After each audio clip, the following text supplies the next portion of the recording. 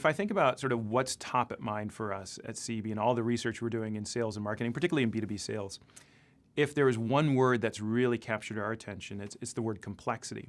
In many ways, the story of customer buying and then customers moving from this posture of empowered to overwhelmed is a story of complexity.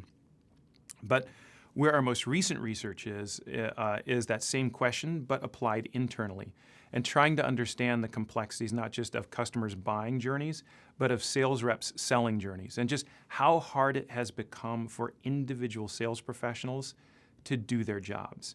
And there's all sorts of dimensions along which selling has become more difficult. You think about customer complexity and all the different people and all the different options and all the different information that customers now have access to.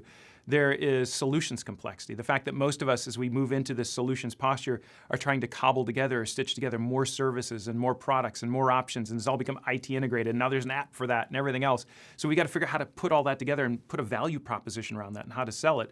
And then there's our own internal complexity on top of that. So I got customer complexity, solutions complexity, and then our internal complexity of all the different product silos and all the different geographic regions. And all, here comes legal, and they've got to get involved. And here comes our own finance team, and they've got their different rules. And then I've got regulatory reform coming into play.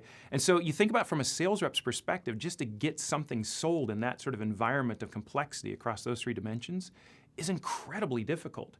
And what we found this year in our brand new research is that the way that most sales leaders are trying to help sales reps who are struggling in this environment is to provide them more help. But the irony is when you ask sales reps, we've asked thousands of sales reps, how's that going? How's all that help working out?